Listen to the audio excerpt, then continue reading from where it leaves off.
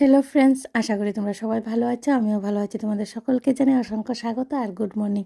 আজকে নতুন আরেকটা কেকের ডিজাইন নিয়ে চলে এলাম তোমাদের সাথে শেয়ার করার জন্য। আজকে রোজগুলো আমি রোজ স্ট্যান্ডে বানাবো না, আজকে কেকের মধ্যেই বানিয়ে দেবো। তো দেখো, আমি এখানে রোজ নোজেল ইউজ করে রোজগুলো বানিয়ে দিয়েছি কেকের মধ্যেই। আর কালারটা দিয়েছি ইয়েলো কালার।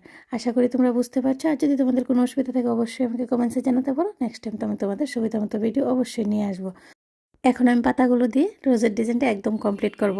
আর কিছু সুগার বল ইউজ করব কেকের মধ্যে।